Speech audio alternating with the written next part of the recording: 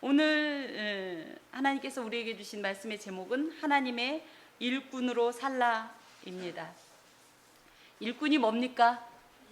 일하는 사람입니다. 그래서 어느 집에 어떤 일꾼으로 가느냐에 따라서 그 사람의 어떻게 보면 존재가 달라집니다. 굳이 이렇게 표현하면 뭐하지만 우리 교회에도 사랑하는 자녀의 이 장래를 두고 이제 이 직업을 두고 직장을 두고 기도하는 이제 또 자매가 있고 한데, 어떤 기업에 갔느냐에 따라서 그 사람의 어떤 죄송하지만 사회적인 어떤 신분이나 지위나는 조금 구분이 됩니다. 누구의 일꾼이냐가 그래서 생각보다 매우 중요하고 의미가 있습니다. 오늘 말씀의 제목이 그냥 일꾼이 아니라 누구의 일꾼? 하나님의 일꾼으로 살라라는 말씀에는 굉장히 더욱 심오한 의미가 있다고 생각합니다. 오늘 본문은 광야 행군 시에 특별히 레위 자손들이 어떤 직무를 담당하느냐를 기록하고 있는데, 이것은 하나님의 것으로 구별된 레위인이 그 안에서도 하나님의 일꾼으로 어떻게 살아가야 할까를 교훈하는 말씀입니다.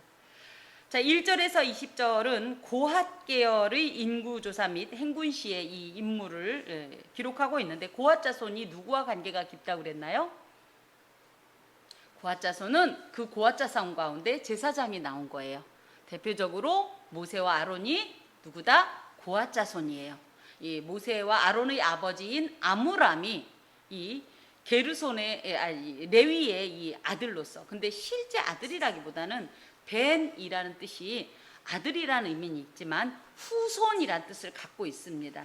굳이 제가 이렇게 말씀드리는 이유가, 민수기의 인구 조사가 세상에 창세기에 70명으로 갔던 인구가 어떻게 몇백만으로 이렇게 급속하게 증가할 수 있는가라고 현대의 많은 이 학자들이 의문을 제기할 때, 겨우 4대 동안에 어떻게 몇십 명이 몇백만으로 증가할 수가 있느냐 이런 질문을 할 때, 사실은 이 4대라는 것은 그 100년을 기준으로 했다라고 얘기를 많이 하고, 일반적으로 한 세대는 몇 년을 기준으로 합니까? 대체적으로 보통 한 30년 정도를 이 하나의 이 세대로 많이 구분한다고 할 때, 그 사이에서 무수한 자손들이 증가할 가능성이 있었다. 그렇게 이야기를 하기 때문에 제가 이 아므람이 물론 이 레위의 아들이다라고 표현하지만 자손이다라고 이렇게 이해하면 되겠고, 그 아므람의 아들인 이 모세와 아론이 제사장 가문이기 때문에 고핫 자손들은 제사장 가문입니다. 그래서 이제 보니까 고핫 자손을 이제 집계할 때 3절에 보니까 30세 이상으로 50세까지 집계하라, 이렇게 계수하라, 이렇게 말씀하십니다. 이들은 무엇을 하기 위해서? 회막의 일을 하기 위해서인데, 30세부터 50세까지만 일하고 그 나머지는 다 그럼 뭐 하는 거예요? 그럼 뭐 하는 거예요? 빨리 말씀하세요. 그냥 레위인으로서의 삶을 굳이 이야기하면 누리는 거예요. 50세가 지나고 나면 그럼 뭐 하냐 할 때 아주 손을 떼진 않습니다. 8장 25절에서 26절에 보면 50세 이상은 쉬지만 그 후배 이 제사장들 내지는 후배 레위인들을 위해서 간사의 역할을 하게 됩니다. 물론 이 나이가 이제 지금 이제 50세 얘기고 30세만 무조건 등용이 된 것이 아니라 후에 보면 다시 25세 이렇게 변경이 되는데, 뭐야 성경이 1.1획이 전혀 틀리지가 않다며 왜 자기들끼리 꼬여, 이렇게 얘기할 수 있는데 25세라고 얘기할 땐 그때 가서 조금 더 자세하게 말씀드릴 수 있겠습니다만은 30세가 되기 전의 이 시간을 수습기간으로, 그래서 제사장의 직무를 배우는 수련기간으로 보통 이렇게 계산을 하곤 합니다. 그래서 실제적으로 제사장의 나이는 30에서 50세 나이가 되겠습니다. 당시 싸움에 나갈 만한 일반 백성들의 나이를 몇 살부터 집계했을까요? 그렇죠. 이 최소의 나이, 일반 백성들이 군사로서 이 계수함을 받은 최소의 나이인 20세의 나이와는 달리 성막봉사는 10년 정도가 더 그죠. 그랬을 때 이 성막봉사는 단순히 젊은 힘과 패기 성숙만을 가지고 일하는 것이 아니라, 물론 그만큼 육체적으로 성숙해야 되겠고 정신적으로나 이런 어떤 전인적인 성숙자가 회막의 일을 감당하는 것으로 이렇게 되어 있습니다. 그래서 실질적으로 저희 교단 같은 경우 목회자가 이 목사 안수를 받을 때 나이 제한을 좀 기본적으로 둡니다. 다만 군 목회자로 군목으로 갈 때는 이제 장교로 임관할 때 함께 이 목사 안수를 주는 것으로 알고 있지만, 이런 어떤 성경의 기준을 갖고 있기도 하고, 여러분 자신도 그렇지 않나요? 우리가 20대에 생각했던 게 다르고 10대에 생각했던 게 다르고, 또 30대가 다르고 40대가 다르고 50대가 다르고, 점점 어떤 마음이 듭니까? 예전에는 그쵸? 마음에 어떤 그저 이 관용의 마음도 없었죠. 소위 말하는 봐주는 마음도 없었죠. 원리 원칙대로 안 하면 안 됐고, 논리가 안 맞으면 안 됐고 이랬다면, 지금은 어때요? 관대해지고 또 뭐라 그래? 아유, 그래 봐라, 그죠? 제가 이제 요즘 그런 생각합니다. 말도 안 되는 소리지만, 만약에 지금 나이쯤에 제가 우리 자녀를 키웠으면 얼마나 이 아이들을 포용력 있게 감싸면서 이렇게 여유롭고 너그러운 마음으로 양육할 수 있었을까, 이런 생각을 합니다. 아쉬움보다는 이제 지금 생각엔 그래, 때는 늦지 않았다. 지금이라도 부지런히 이런 마음으로 대해야겠다, 이런 생각을 하게 되는데요. 그것이 바로 이 고아, 특히 이제 물론 레위 자손들이 회막의 일을 할 때 기본적인 나이가 연령대가 30에서 50세로 정한 어떤 이유라고 하겠습니다. 이것은 여기서만 나오는 내용이 아니라 창세기로 가보면, 창세기에 요셉이 애굽의 총리로 등용됐던 나이가 30세입니다. 그리고 이스라엘의 2대 왕인 다윗도 왕으로 등극한 나이가 30살입니다. 더하여서 예수 그리스도께서 공생애를 시작한 시점도 30세입니다. 그런 것이 굉장히 성경적인 어떤 이런 근거도 있고, 또 일반적인 어떤 이런 관념으로 볼 때도 굉장히 의미가 있는 나이라고 하겠습니다.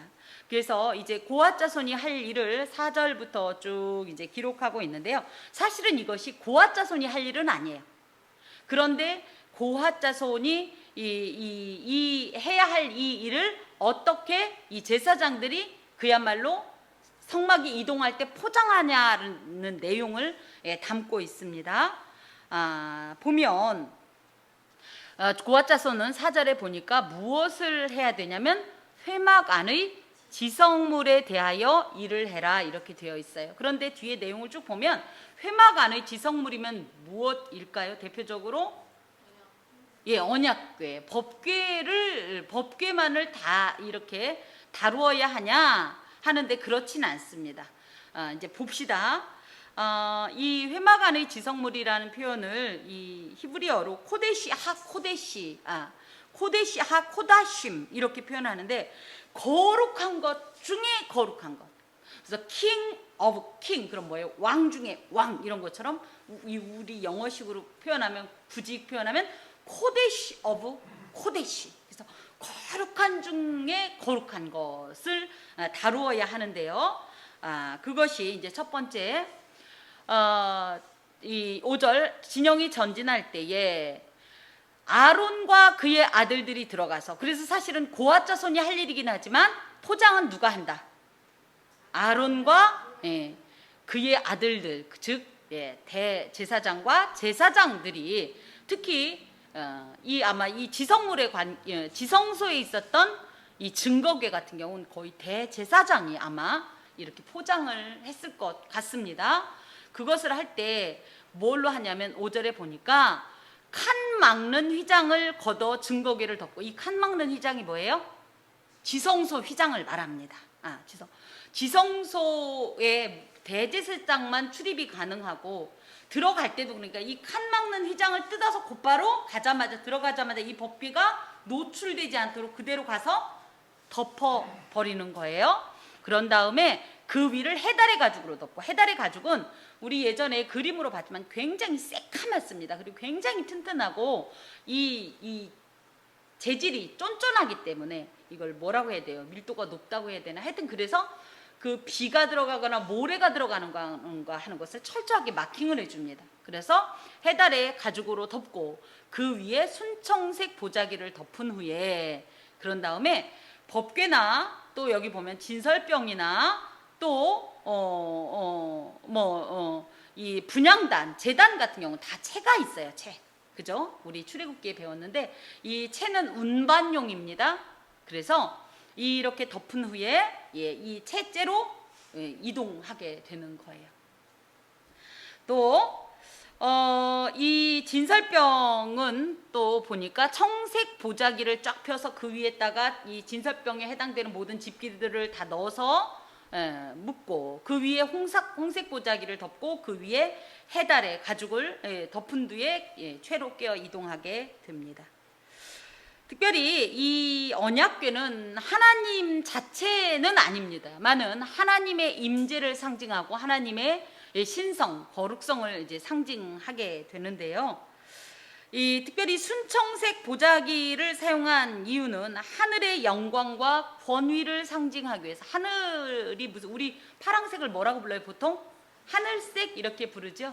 요즘 친구들은 하늘색 이런 표현 안 하겠지만 저희는 어렸을 때 꼭 하늘색이라고 표현을 했는데 이 순청색 보자기가 그런 하나님의 어떤 영광과 권위, 신성을 상징합니다. 그래서 순청색 보자기를 이제 덮게 되고요. 그런 의미에서 진설병은요, 생명의 떡이신 예수 그리스도를 상징합니다. 그래서 이 진설병을 이제 이렇게 이 청색 보자기에 덮은 다음에 홍색 보자기를 이제 또 싸게 되는데, 여기서 빨간색은 보통 이 우리 성경에서 빨간색은 무엇을 의미하나요? 예수 그리스도의 보혈을 상징하기 때문에 이런 것들을 다 의미하면서 이렇게 하나하나가 이제 이렇게 포장이 되겠습니다. 또 10절에 보니까 등잔대와 그 모든 기구들을 해달의 가죽 덮개 안에 넣어 매는 틀 위에 두고 청색 보재기 덮고 다시 해달의 가죽 덮개로 덮으면서 꾀로 운반하게 이제 채로 운반하게 되는데, 이 등잔대는 세상의 빛이 되신 예수 그리스도를 상징합니다. 이것이 이제 계시록에 가보면 7 등잔과 등잔대 사이에서 이 말씀하시는 예수 그리스도를 이제 표현하고 있고, 또 그 다음에 이 12절에 11절에 금제단은요, 제단이 굳이 얘기하면 두 개가 있어요. 하나는 성소 안에 있는 분향단이 이 금제단입니다. 자, 우리가 좀 상상을 해보자고요. 이렇게 성소가 있어요. 그럼 성소에서 딱 들어가자마자 오른쪽은 떡상이 있습니다. 진설병. 왼쪽은 등잔대가 있습니다. 그러면서 이 출입구와 딱 마주보는 편에 분향단이 있어요. 얘가 금으로 되어 있어서 금제단이라고 하는 거예요. 그러면서 이 분향단 바로 앞에 뭐가 있냐면 아까 말씀드렸던 그 지성소 휘장이 있습니다. 이걸 함마사크라고 하는데 정말로 하나님 앞에 진짜로 나아가는 어떤 그런 문을 상징합니다. 그 휘장 너머에 이 언약궤가 있는 거예요. 그래서 지금 방금 말씀드린 이 금제단은 분향단을 말하는데요. 이 분향단은 예수 그리스도께서 이 분향이 뭡니까? 향을 올리는 것이 성도의 기도다라고 이제 이렇게 계시록에 되어 있는데, 그래서 어떤 기도를 상징할 때 예수 그리스도께서 승천하신 이후에 하나님의 백성, 당신의 사랑하는 자들을 위해서 하나님의 보좌 우편에서 우리를 위해 중보기도하는 어떤 그런 예수님의 사역을 상징하는 것이 이 금제단입니다. 그래서 이 금제단도 청색 보자기에 싸고 그 다음에 해달의 가죽으로 덮어서 채로 꿰어 운반하게 되었습니다. 여기까지가 사실은 성소 안에 있는 기구들입니다. 아까 그래서 회막 안에 있는 어떤 지성물이라는 이 4절의 말씀 가운데, 회막 안에 있는 지성물 하면 보통은 언약궤만 생각하지만 이 성소 안에 있는 모든 것들이 다 굳이 말씀드리면 지성물이 되겠습니다. 이 안에서 등잔대만 빼고 나머지는 다 채로 꿰어서 운반하게 되어 있는데, 왜 채로 깬다고요? 예? 손으로 만지면 어떻게 되죠? 죽어요. 죽을 수도 있는 게 아니라 죽어요. 사실은 이 채로 꿰어 운반하는 의미는 접촉을 금지하기 위해서입니다. 이 회막 안의 지성물, 즉 코다심에, 그래서 하나님의 거룩하심에 감히 함부로 죄인 주제에 접근하면 안 되는 거예요. 그럼 어떻게 하면 하나님 앞에 나갈 수 있어요? 이 죄를 해결하면 하나님을 만질 수 있고 만날 수 있습니다만, 그 전에 함부로 나 자신을 살피지 않고 하나님의 거룩성에 이 접촉했다가는 어떻게 된다? 죽는다. 그런 것을 상징해서 이제 새롭게 운반하고, 무엇보다도 함부로 하지 않으려는, 하나님의 이 영광을 침해하지 않으려는 어떤 의미가 있습니다. 궁극적으로 우리 입장에선 사망을 예방하기 위해서 접촉을 금지하려고 채로 끼어서 이 회막 안에 지성물을 운반하게 되어 있어요. 그런 다음에 이제 13절에 보면 제단이 또 나옵니다. 아까도 말씀드렸어요. 성소에는 제단이 2개다. 하나는 금제단으로 성소 안에 있는 것이고, 이 제단은 놋제단으로 그 제물들을 태우는 제단입니다. 그 놋제단은 처음에 뭘로 하냐면 자색 보자기를 펴고, 그래서 홍색, 자색이 약간의 차이는 있겠지만 어찌됐든 이 자색이 예수 그리스도의 보혈을 상징하는 홍색과 비슷하지만 사실은 예수님의 왕권을, 그래서 우리 대부분이 상감마마들은 무슨 색 옷 입어요? 뭐 빨간색을 보통 생각하지만 사실은 자주색을 입습니다. 동서 고금을 막론하고 자주색은 왕의 색깔이에요. 그런 의미에서 이 놋제단이 어떻게 이 왕의 어떤 이런 색깔과 연결이 될까 할 때, 이 놋제단은 신약의 예수 그리스도와 어떤 관계가 있냐면 신약의 십자가. 이 놋제단 위에서 뭐가 있어요? 제물이 불살라져서 하나님께 드려지는 그 어떤 이런, 그죠? 이 어떤 의미가 있을 때 예수 그리스도께서 십자가에 못 박혀 죽으심으로 하나님께 온전히 자신을 번제로 드린, 그래서 이 놋제단은 십자가와 관계가 있고, 그로 말미암아 모든 산망 권세를 무찌르시고 승리의 왕으로 등극하신 것이 바로 예수 그리스도의 십자가고, 놋제단이 상징하는 바로서 실제로 이 놋제단은 나중에 이제 우리가 확인하겠지만 이스라엘이 이 음행으로 범죄하여서 불뱀이 나타났을 때 그 불뱀에 물린 자들을 치료하기 위해서 하나님께서 말씀하셨던 게 뭐였어요? 놋으로 뱀을 만들어 장대 위에 높이 달아라 할 때, 그래서 이 놋제단은 예수 그리스도와 계속적으로 이런 어떤 상관 관계가 있습니다. 그런 다음에 이제 해달의 가죽으로 또 이제 채로 깨어서 운반하게 됩니다. 이것이 이 번제단은 어디에 있냐면, 다시 아까 이렇게 성소가 있었고 크게 성막이 있습니다. 이게 이제 성소의 울타리인데요. 여기도 출입구가 있죠. 이것은 동쪽을 향해 있고, 이 출입구에 딱 들어가자마자 제일 먼저 만나는 게 물두멍이에요. 어디 들어가면 우리 요즘 제일 많이 하는 게 뭐예요? 밖에 나갔다 들어오면 뭐 하죠? 손 씻으라 이러는 것처럼 딱 들어가자마자 손을 씻는 거예요. 이 손을 씻는 것은 뭐냐면 하나님을 만나 뵙기 전에 뭘 해야 돼요? 정결하게 회개를 해야 돼요. 모든 죄를 다 해결을 해야 돼요. 그런 다음에 놋제단으로 나아가서 하나님께 우리 자신을 올려드리는 겁니다. 그래서 이제 이렇게 되어 있는데, 그 중에 놋제단을 이렇게 운반하고, 그런데 좀 특이한 것이 있어요. 이러고서 뭐 해요? 끝내버려요. 그럼 물두멍은 어떻게 하라는 거예요? 놀랍게도 물두멍을 어떻게 옮기라는 내용은 없습니다. 하지만 아마 이 성소에 있는 모든 이 기구들을 고핫 자손이 감당한 것으로 봐서 고핫 자손이 감당하지 않았겠나. 그런데 이 물두멍도 물론 여인들이 만드는 어떤 이런 구리로 만들었다고는 하지만 무게가 워낙 크기가 있기 때문에 무게가 상당했다라는 거예요. 후에 우리가 이제 확인하겠지만 15절에 보면 메고 가거든요. 고핫 자손들이 이 모든 물품들을. 그런데 이 무거운 것을 어떻게 맸을까? 그렇죠? 그래서 뭐 어떤 분은 뭐 수레를 사용하지 않았을까 이렇게 말을 하긴 하는데, 아마 이 물두멍들도 어찌됐든 고핫 자손들이 운반했을 가능성이 높습니다. 자, 그러면서 이제 보면 15절에 봅시다. 진영을 떠날 때에 아론과 그의 아들들이 성소와 성소의 모든 기구를 덮는 일, 그러니까 다 이렇게 포장을 하고 나면 고핫 자손들이 그때 와서 매는 거예요. 그래서 고핫 자손들은 결론은 뭐 하는 거예요? 순전히 운반만 하게 되는 겁니다. 여기에서 하나 더 이제 제가 말씀을 지나쳤는데, 6절에 다시 이 증거궤를 덮은 마지막 보자기가 뭐냐면 순청색 보자기예요. 나머지는 마지막 그 포장지가 뭐냐면 다 해달의 가죽입니다. 자, 보세요. 물론 모든 것이 다 의미가 있지만 이 안에서도 가장 그 중요하다면 중요한 기구가 뭐죠? 법궤죠. 언약궤죠. 그쵸? 근데 딱 가서 옮겼어요. 제가 이제 얼마 전에 이사를 해봐서 압니다. 여러분 이사하면 어때요? 물건이 탁탁탁탁 눈에 띄어요? 어떻죠? 이 물건이 저기 있었나 저기 막 뒤죽박죽이 된단 말이에요. 자 보세요. 다 해달해가지고 덮고 가면 뭐가 언약궤야 그래가면서 이거 열어봐야 되고 저거 열어봐야 되고 그렇죠. 근데 특히 이 언약궤는 함부로 노출이 되면 된다 안 된다?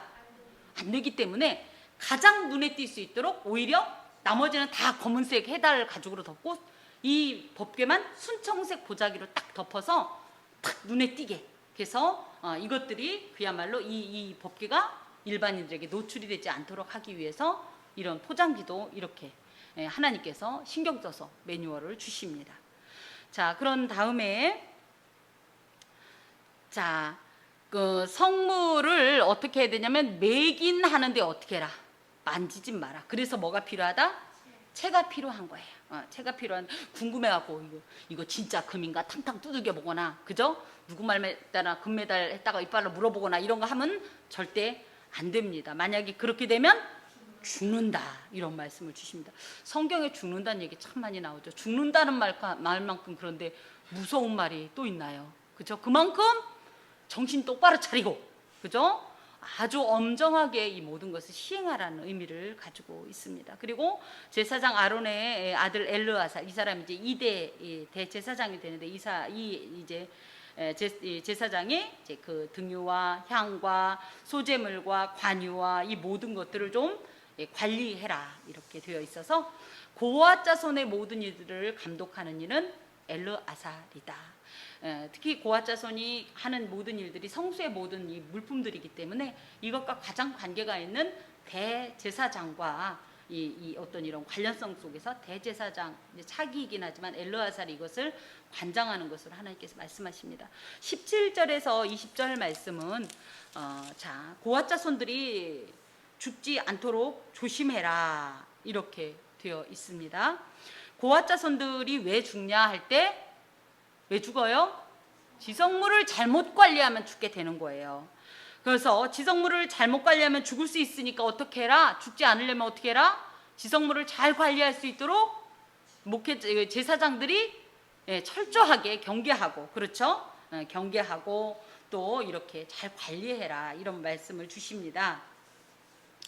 사실은 특권이 클수록 그에 대한 책임도 큰 거예요. 얼마나 이게 영광스럽습니까? 같은 이런 거라도 물론 우리가 후에 확인하겠지만 이 널빤지 메고 가고 그죠? 이 커튼 메고 가는 거하고 차원이 다르잖아요. 얼마나 이게 특권입니까? 그럼에도 불구하고 이런 특권을 감당할 만큼 또 내가 준비되어 있어야 하고 특권만큼 이 책임도 크다라는 것을 강조하고 계십니다. 목회자들이 이제 이런 말씀을 통해서 이제 또 받는 이런 교훈이 있습니다. 무엇이냐면 죄에 대한 경계와 사망을 죄에 대한 경계와 책망을 멈추지 말아야 돼요.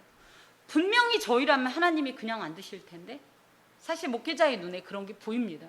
분명히 저러면 안 될 텐데 저거 자꾸 하면 하나님이 어느 날 손을 드실 텐데 그런데 목회자 개인의 인기나 어떤 인간적인 관계를 생각해서 그 말을 참게 되면 어떤 일이 일어나냐면 사랑하는 성도가 그 영원히 죽게 되고 심지어는 실제적으로 어려운 일을 겪는 경우를 만날 수 있습니다. 그래서 혹여 여러분 어떤 일을 이 목회자가 이제 사실은 그렇습니다. 저는 평범한 사람인데 기도하면서 어라?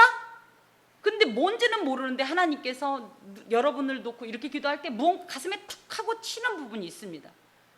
제가 이제 예전에는 그것을 제사님 별일 없으세요 이럴 때는 그 무언가가 있기 때문에 사실 전화하는 거예요. 괜히 한 번씩 순번 돌아가면서 심심해서 전화하는 게 아니라 기도하는데 저도 모르게 무언가가 턱 하고 들어옵니다. 하나님 이게 뭐예요? 그러면 하나님은 굉장히 사생활을 보호해 주시는 분이라 그 일이 뭐라는 얘기는 잘 안 하셔요. 그런데 글을 놓고 기도하고 그에게 전화를 하든지 메시지를 주라는 말씀을 주십니다. 그러면 제가 집사님 요즘 뭐하고 살아요? 뭐 이렇게 하면 안 되니까 어떻게 하냐면 집사님 별일 없으시죠? 혹시 기도 제목이 있나요? 하고 전화를 하거나 할 수 있습니다. 그럴 때 여러분 만약에 그 전화를 받고 나 이것 때문에 하나님이, 제가 전화할 때 물론 이런 거 있습니다. 집사님 내일 우리 뭐 할 거예요? 이런 전화 했더니 하나님이 내게, 이런 건 아니지만 그럴 때 여러분 하나님이 무언가 은밀한 것을 김 목사님에게 주셨나라는 생각으로 나 자신을 돌아보세요. 그리고 혹시라도 하나님 앞에 합하지 않은 것이 있으면 빨리 털어내야 돼요.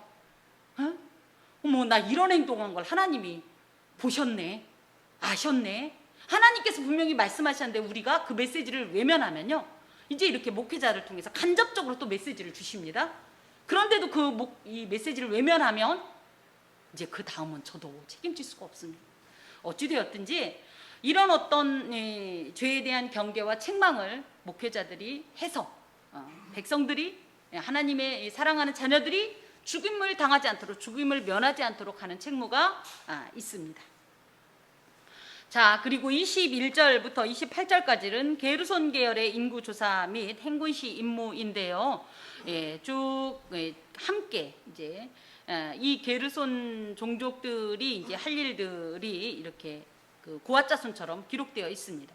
특별히 게르손 종족들은 이 포장을 누가 해준다? 스스로 합니다. 손을 대도 되는 부분이기 때문에. 그래서 지난주에 이제 살펴본 대로 성막 뜰의 휘장, 줄, 문장과 그 외의 여러 기구들, 그런데 일종의 이제 커튼, 그 성막엔 수많은 덮개들이 있죠. 그런 것들을 다 이들이 운반한다라고 이해하면 되겠습니다. 특별히 23절에 보면 복무하고 봉사할 모든 자를 계수하라 해서 봉사라는 말이 이제 나오는데요. 이 봉사라는 말은 아바드란 말로, 봉사는 뭐예요? 돈을 받아요, 안 받아요? 그래서 충분한 보수 없이 그저 섬김과 헌신의 차원에서 참여하도록 해라. 그래서 레위인들은 내가 밖으로 나가서 일을 하면 하루 일당이 얼만데 나한테 사례비를 이런 거 줘, 할 수 없어요. 누구 말대로 보리쌀 한 대를 주면 그 보리쌀 한 대로 감사하면서 사는 거예요. 이런 것이 이제 봉사의 차원입니다. 그래서 여러분 앞에서 제가 조심스럽습니다만은 어떤 목회를 할 때 사례를 받으려고 일을 하는 것은 아닙니다. 하나님 앞에서의 봉사고 하나님 앞에서의 직무를 감당하는 것인데, 가끔은 이런 것들 때문에 성도들과 무슨, 이런 표현을 써서 죄송합니다, 연봉 협상을 하듯이 마음이 막 울그락불그락해서 나한테 뭐 올해는 몇 프로를 인상해줘야 되지 않겠습니까 장로님, 막 이런 거 하면 워낙은 기본적인 어떤 이런, 그죠? 이 성경적인 이 어떤 이런 기반에서 벗어나는 것입니다. 여러분 혹시 제가 나중에 눈이 휘가닥 해가지고 목사님, 장로님 그래도 제게 보너스는 줘야 되지 않겠습니까? 이런 걸 하면 이 목사님이 점점 눈이 돌아갔구나 이렇게 생각하고 간절히 기도해 주시고, 정 안 되면 대놓고 이런 본문을 들이대 주세요. 다른 분에게는 하지 말고 제게만 하세요. 또 이런 거 배워갖고 아무 데나 가서 막 쓰지 마시고, 이건 제 개인적인 부탁이기 때문에. 자, 그리고 29절부터 이제 33절까지는 무라리 계열의 인구조사 및 행군시 임무인데요. 무라리 계열은 주로 목재료, 그래서 건축 자재들을 이제 이렇게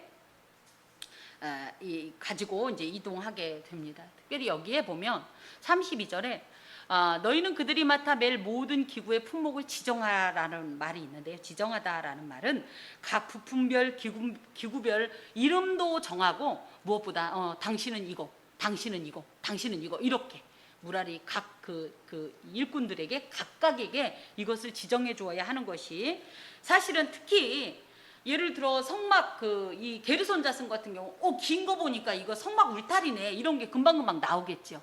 그쵸? 어머, 이거 색깔이 이런 거 보니까 염소 가죽털이네, 이런 게 나오는데, 사실은 무라리 자손들 같은 경우 맨 그게 그거잖아요.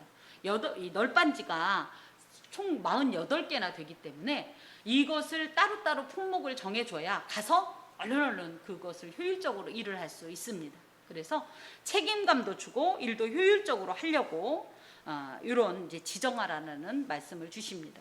아까 고앗 자손이 엘르아살이 감독한다면 게르손 자손과 무라리는 이다말이 감독하게 되어 있어요. 이다말은 아론의 막내 아들인데요. 출애굽기 38장 21절에 보면 성막 건축에 필요한 재료들의 목록을 정리했고 건축 비용을 계산했던 어떤 이런 내용이 나옵니다. 그걸로 봐서 아마 이다말이 성막의 어떤 구조나 내부에 대해서는 누구보다도 상세하게 잘 알고 있었기 때문에 이런 것들을 맡겼을 겁니다. 그런 다음에 이제 34절부터 49절까지는 레위인의 성막 이 봉사 자격자들이 총 몇 명인가를 이제 기록하고 있는데, 고핫 자손은 36절에 보면 2,750명이고요. 그 다음에 게르손 자손은 40절에 보니까 2,630명이고, 무라리 자손은 44절에 보니까 3,200명이에요. 그래서 이들을 모두 합했더니 8,580명, 48절에 그렇습니다. 그들이 이제 할 일은 짐을 매는 일이고, 또 때로는 이제 이렇게 수레를 통해서 운반하는 이런 일인데요. 이것이 이제 여호와께서 모세에게 이렇게 맡겨라라고 말씀하셨고, 그것에 따라서 그들이 계수되었다. 여기서 특징적으로 알 수 있는 것은 레위인의 총 숫자가 몇 명이었는지 혹시 기억하십니까? 역시 숫자에 등하신, 전 아주 잊어먹지 않으려고 엄청 노력했는데 22,000명이었는데 실제로 일할 수 있는 사람은 몇 명이에요? 8,600명이라고 볼 때 전체 레위인의 약 3분의 1 정도만 일을 할 수 있습니다. 그래서 여기에 이제 일할 만한 자다라는 표현을 하는데요. 일할 만한 자라는 표현 가운데는 그야말로 하나님의 일을 어떤 자세로 일할 건가를 얘기합니다. 그냥 단순히 육체적으로 일할 만한 사람이란 뜻이라기보다는 그야말로 하나님의 일을 어떤 태도로 일할 사람들인가를 이제 이렇게 정의하고 있는데, 이 일에는요 아말이란 말이 있고 멜라카라는 말이 있어요. 근데 아말이라는 말은요 어떤 말이냐면, 일을 할 때 우리가 쉬워요? 마음이 즐거워요? 대체적으로 일하러 간다 그러면 어떻게 하죠? 저희 집에 이제 매일 아침 혹은 이제 밤낮 없이 일하러 나가는 이제 가족이 있는데, 그들이 일하러 나갈 때 즐거워라, 오늘도 즐거운 일을 하러 가야지 하는 사람은 아무도 못 봤어요. 아침에 일 나가시는 형제는 거의 소가 푸죽간에 끌려가는 것처럼 다리를 쭉쭉 끌면서 한숨을 푹푹 쉬어가면서 그렇게 가는 모습을 봅니다. 또 밤낮 없이 나가는 또 자매도 일을 나가면 왜 화를 내요? 저보고 얘기합니다. 너는 좋겠다. 이제 이렇게 버릇이 없어요. 이제 내가 정말 겸손해서 저하고 친구처럼 대해주니까 이 친구가 저를 진짜 제 친구인 줄 알고, 엄마 너는 좋겠다. 하루 종일 놀고 나는 일하러 간다. 막 이래가면서 막 갑니다. 일이 이제 보통은 그래요. 그래서 이걸 이제 아말이라는 말로 표현을 해요. 수고스럽고 고통스러운 부정적인 측면의 일이 있습니다. 그런데 하나님의 일은 뭐냐면 멜라카라는 말로, 이 일을 하면, 사실은 이 일을 하면 무슨 일이 있어요? 뭐니 해도 머니가 들어오지 않나요? 전 그것도 일의 즐거움이라고 생각해요. 또 한 가지 뭐예요? 여러분 집에서 막상 놀아보세요. 이 무위감이 얼마나 고통스러워. 제가 요즘 그걸 처절히 느끼고 있는데, 시간도 잘 가고 유익하게 보낼 수 있고, 또 뭐예요? 집에만 있으면 뭐가 쌓여요? 부글부글. 그런데 그런 것들을 적절히 관계 속에서 해소하기도 하고, 내가 누구인가 이 존재감을 확인하기도 하고, 이런 것이 이 성경에서 말하는 이 긍정적인 일의 개념입니다. 그래서 하나님의 일을 할 때 왜 나한테만 시켜? 또 올해도 구역장에 내가 몇십 년 동안 구역장 하고 있어. 그쵸? 그리고 왜 날마다 나는 식당 봉사만 시켜? 그쵸? 제가 이런 얘기들을 많이 들어봤기 때문에 하는 거예요. 또 형제들 중에는 누구는 양복 입고 저기서 척척하고 악수하고, 나는 주차장 봉사하래. 그냥 먼지 나고 그냥 이 매연 맡아가면서 코끝이 시커매졌다 막 이런 거 하고 막 이런 거. 그래서 하나님의 일은 이런 마음이 아니라, 그죠? 그래, 천국 가면 일할까요 안 할까요? 누구 말 맞다를 안 가봐서 모를 수도 있지만 제가 볼 땐 이런 고통스러운 일은 아닐 거예요. 그래서 사실은 이 하나님을 위해서 감히 내가 무언가를 드릴 수 있다라는 기쁜 마음으로 행하는 것이 바로 일을로서, 그런 마음으로 일할 사람을 하나님께서 계수하라고 말씀하십니다. 더하여서 고핫 자손이나 게르손, 무라리가 같은 이 레위 이 자손임에도 불구하고 각각의 어떤 이런 직무나 섬기는 방법은 다른 것을 알 수가 있어요. 그랬더니 그럴 수 있죠. 나도 저기 지성물 그거 좀 한번 좀 내보자. 바꾸자. 이런 거 하지 말고 각각 하나님께서 주신 각양 은사대로 이렇게 그냥 열심으로 합력해서 하나님께 영광을 돌리는 것이 굉장히 이런 어떤 직무를 분담한 것에 대한 어떤 의미를 굉장히 분명하게 하는 것입니다. 그래서 누구 말대로 나는 옷 뽀까 입고서 예쁜 옷 입고 무언가를 하니까 교만할 필요도 없고, 나는 몸빼 입고 앞치마 띄고 장화 신고 저기서 설거지하니까 나를 비하시킬 이유도 없고, 누구는 앞에서 가르치냐, 나는 날마다 왜 신발 정리만 하냐, 이런 것 때문에 실망할 필요 없이 이 모든 것이 다 하나님 앞에서 다 영광의 직분이다, 은혜의 직분이다라는 마음으로 감당해야 하겠습니다. 자, 레위 하나님의 일꾼의 이 자격을 보고 좀 특징을 보면, 첫 번째 누가 일을 하냐 할 때 레위인 일을 합니다. 누구나 하나님의 일을 하는 것이 아니에요. 근데 이 레위인이라고 하니까 목회자 그룹을 말하는구나 라는 뜻이 아니라, 이 레위인으로 어떻게 보면 이 상징되어지는 이스라엘을 말합니다. 하나님의 사람을 말합니다. 하나님께로부터 일할 수 있는 어떤 은사를 받은 이들을 레위인이라고 말할 수 있습니다. 레위인이란 하나님의 일을 위해서 하나님께서 특별히 택하신 자로서, 물론 다른 지파들처럼 직접 전쟁에 참여하지는 않지만 이들도 하나님 앞에서 성막 봉사를 통해서 하나님께 영광 돌리는 하나님의 영적 군사에 해당이 됩니다. 무엇보다 이 일꾼이라는 개념에서 볼 때, 우리가 지난주에는 말씀의 제목이 뭐였냐면 하나님의 것으로 살라였어요. 그래서 우리가 보통 레위인 하면 뭐냐면 하나님의 것으로 구별된 존재를 말합니다. 여러분은 누굽니까? 하나님의 것 맞지요? 예. 그런데 우리가 하나님의 것으로 만족하기에는 받은 은혜가 너무 큰 거예요. 그죠? 그리고 신앙이 점점 성숙할수록 어떤 행동을 하게 돼 있냐, 우리 어린 아이들이, 우리 어린 자녀들이 어렸을 때는 어땠어요? 엄마가 해주면 무조건 다 좋아했죠. 그러다 어느 날 아이들이 크면 어떤 일을 해요? 비판해요. 그죠? 맞아요. 어른이 되기도 하죠. 근데 제가 요즘 제 이제 사랑하는 자녀와 함께 길을 걸을 때 뿌듯할 때가 있어요. 뭐냐면, 저도 아직 젊습니다. 그죠? 제 가방을 들고서 막 흔들리고 이럴 나이 아닌데, 옆에 있는 사랑하는 이제 자녀가 그 무겁지도 않은 제 가방을 막 들어준대요. 나도 들만한데 왠지 뿌듯해서 어떻게 해요? 맡겨요. 그죠? 그렇게 무겁지 않은데도 엄마 이거 내가 할게. 그거 막 번쩍 들어주고, 사과 박스도 저 사실은 들 수 있었어요. 미안합니다, 형제님. 근데 다리 아프다는 이유로 일부러 막 쩔뚝거리긴 했지만 어찌됐든 들면 들지만 엄마가 못 들겠어 막 이랬더니, 이런 건 아들이 해줘야지. 제가 아들이다 딸이다라는 구분은 아니고, 저희 따님은 굳이 그런 일을 안 하기 때문에 굳이 사례로 쓸 수가 없어요. 그래서 이제 막 들어주면 와, 컸다, 이 녀석이 컸다. 하나님 앞에서도 마찬가지예요. 똑같이 우리가 하나님의 것, 하나님의 자녀, 하나님의 백성, 은혜를 받고 사랑을 받는 존재지만, 우리가 거기에서 머물면 너무 조금 미숙하고 연약하고 어린 신앙인이라고 생각을 합니다. 점점 신앙이 성숙할수록 하나님 앞에 무언가를 드리고픈 마음이 생기겠죠.